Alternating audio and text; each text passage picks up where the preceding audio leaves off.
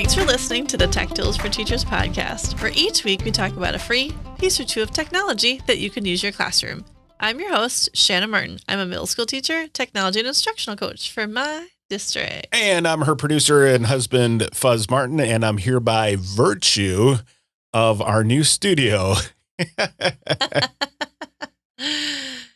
Doesn't it sound so good? You probably can't even tell at home, but we're in a we're in an actual studio this time versus our studio basement studio. We got like sound panels. We got curtains hanging up to block. Oh, don't worry, we'll post a picture. Oh yeah, everyone can have a visual of this week's episode. Yeah, it's our little summer check-in. Yay! It's July, and I'm hanging out in your actual podcast studio where you do your podcast and record some others and record stuff for work, and we're not in the basement today. I know. It's crazy. We're in an actual office. The kid's at home with a babysitter. Yeah. Well, the kid's at home with the other kid. With the other kid. Which becomes her babysitter. But soon going off to college. Yeah. She's leaving us. Yeah. So we just found out today, everybody started telling us it's a party school. So we'll see. We're like, we didn't know that. Interesting. Yeah. But we're in Wisconsin and they're all party schools, really. Yeah. Except for where you went. That's because we focused on education. That's good.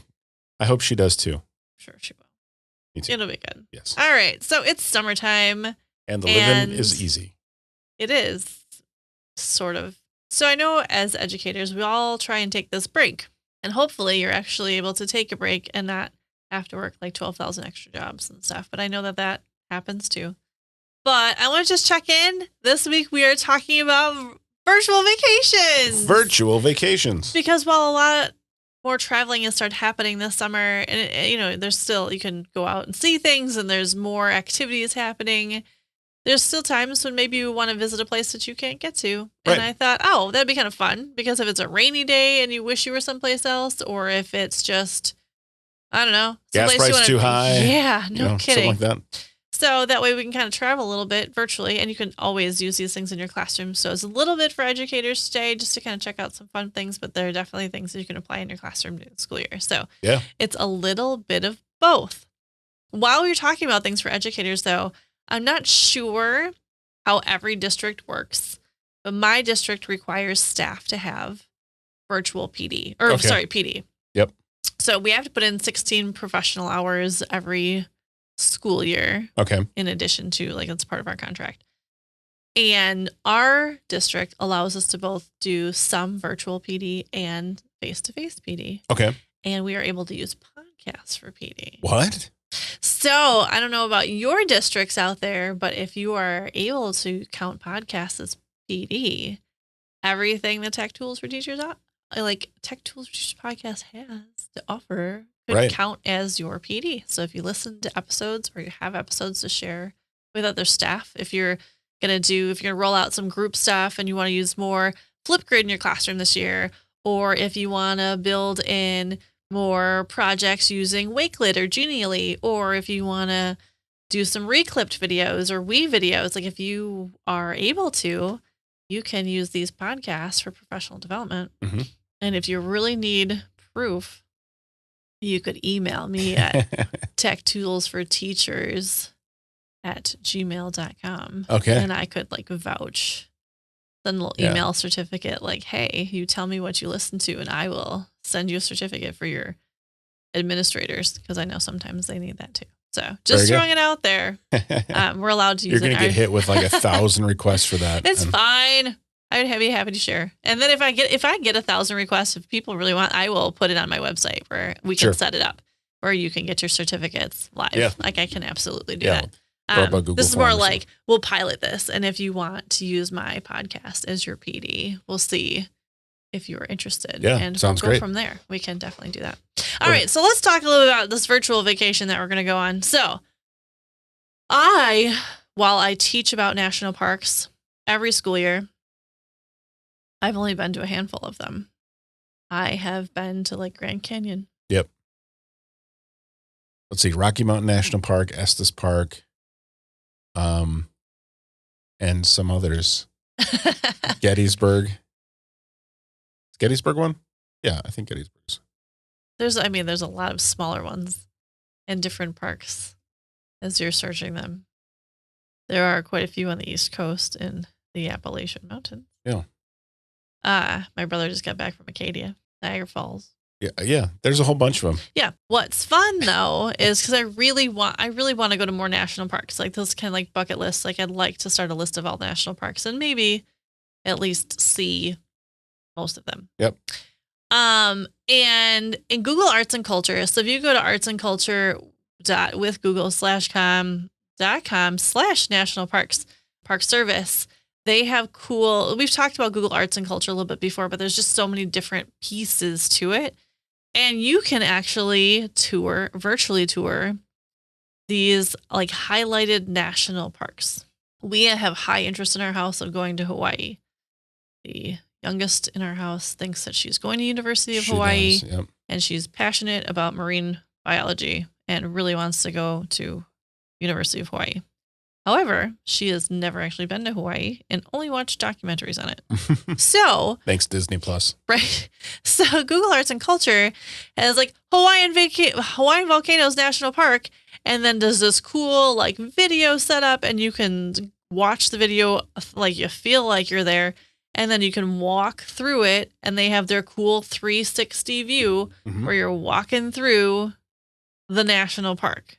And it is like beautiful footage of it. You literally feel like you're there walking down the street, down the paths. It's really cool. They have Carlsbad Cavern, so you can like fly across, and it's cool because it's Google. So Google Earth like flies you to Carlsbad Caverns, and then you can click on it. And you can either watch the video or skip the video, and then you can walk through Carlsbad Caverns. Again, you even have like the special features where you can fly with the bats, and then they give you that special tour. You can experience life as a bat, and you click on that, and then you become the bat. And there's like a video that goes with it. So if you want to experience some national parks, all you have to do is go to Google Arts and Culture National Parks, and you feel like you can have a little getaway. Like you can have a little virtual vacation, or if you've got kids at home, or if you're doing summer school and, you know, the kids are still in a classroom in summer school, you can feel like you're actually getting out of your classroom. Put this up on the board. They have like Bryce Canyon. You can see the night sky. They have different park rangers explaining parts of the different parks. So it's educational as you go, and you feel like you're on vacation. Dry Tortugas, they have. You can go see the turtles. Nice. There is just so many cool national parks that some you'll be familiar with, and some are different than parks that you would, you know, everybody hears about all the time, like Yellowstone and Olympic. It's just a fun virtual tour, and you feel like on your vacation, but you can just watch it from your computer or hold up on your big screen. Yeah. Swim through a coral reef. And you don't even have to get wet. Right. Don't have to worry about it. I'm going to go through the Windjammer shipwreck. Like, there's so many cool things. Yeah, that's super cool. Anyway, so you kind of feel like on your vacation. So if you need like a little break, whether it's in the summer or if it's during the school year, you can put yourself on vacation with Google Arts and Culture and go through these national parks and have these different experiences and actually feel like you're someplace else. That's great. And they're fun, and they're pretty cool. Yeah. So there you go. All right. Google artsandculture.withgoogle.com. / national parks. Yeah. So click on the link in the episode description. Yes. Because Google Arts and Culture, there's like a billion different ways to get to things. Yeah. Oh, you're right. There you go. So go tour a national park. Have a fantabulous adventure. Oh, I'm in. Let's go. And don't leave your house. Okay. Or your classroom. Yeah. Yeah. Yay. Yay. So the other vacation-y thing we're going to go on in our little summer check-in for vacations. I don't know about you as a kid, but I spent a lot of time at the amusement. You grew up near one of the great amusement parks of our time. Six Flags Great America. Yep. So I know some schools still do this, right? And like I've been to Ohio and done Cedar Point, which is their like Six Flags. They've done several of them in my lifetime. And so if you are an amusement park person in the summer, you can also do this virtually. And I know a lot of teachers during the school year build this into physics class. So some of the schools around here take field trips to Great America with their physics class to go through the physics of the roller coasters. And I don't know if you guys did that in your school where they would travel to the amusement parks and do physics lessons. No, we just went for our 8th grade field trip to Six Flags. Not for physics class. Not for physics. So Nova Southeastern University, the website is nsufl.libguides.com. So nsufl.libguides.com / virtual STEM roller coasters. Again, link will be in the description. Link will be in the description. What's cool is this. So they have all kinds of different STEM activities for kids to do. Yep. But I want to focus on things like summertime and amusement parks, and they have a whole roller coaster section. So what's cool about this, they have this specific activity where you can design a marble coaster, which I think kids do here and there in different science classes. But they also have like recommended materials. So you can physically build this marble roller coaster and they give you directions. So this is not a digital marble roller coaster. Correct. Builder. It's all of the stuff that you need, the knowledge behind building. Sure. It. So they have like the science behind roller coasters, and they have a whole video on potential and kinetic energy. They have digital tools. So amusement park physics interactive, roller coaster model interactive. So they do have physical online interactive activities. PBS Kids Marvelous Marble Coaster, which we've talked about before. Yep. They talk about 2 different tutorials then of building this coaster. They also have then different videos. So you can take a ride on a roller coaster. They have a video that goes through the templates of the roller coaster. And then they have all of like the book resources that you could check out from your local library if you want to. And then they have more like reusing materials for building a roller coaster. And then they have STEM careers and engineering with Disney.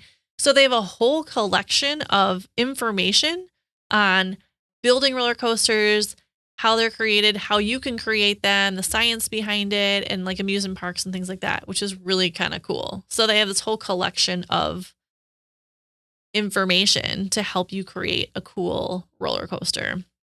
And you can base your marble coaster on this, or you can just use the different activities or videos or things like that and feel like you're in the amusement park for the day, which is kind of cool. Yeah, that's really cool. What's also nice is too on their site. So when you kind of walk through, it goes virtual STEM for kids, roller coasters, specific topic. If you click on, there's a button at the top that says more STEM for kids.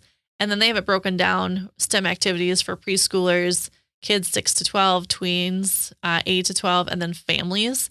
And then if you click on there, it then takes you to all other different types of STEM resources to different pages. So they have other STEM activities and different science and math activities that you can do, and online programs and videos that go with it. So they have all kinds of resources all in one collection, which is nice. So you could use that definitely during the school year as well if you're building a STEM program, or trying not to think about the school year too much, but also we all kind of plan in the summer.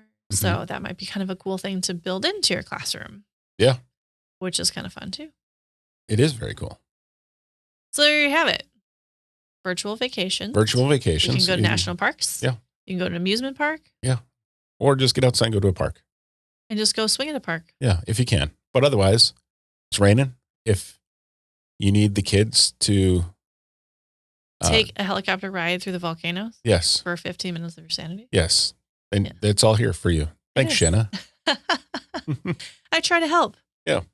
But I hope everyone's doing well over the summer, because it is our summer little check-in. Yep.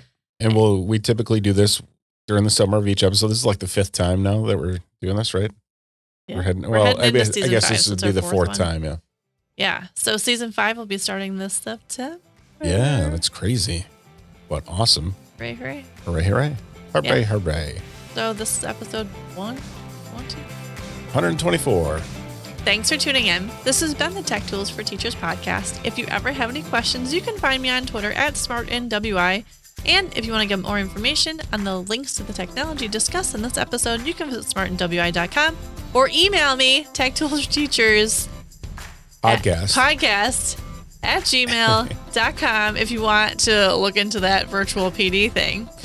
If you'd like to support the show, please consider buying me a coffee or two. You can visit buymeacoffee.com/smartandwi or visit smartandwi.com and click that cute little purple coffee cup. Your donations help keep this show going. New episodes coming this fall.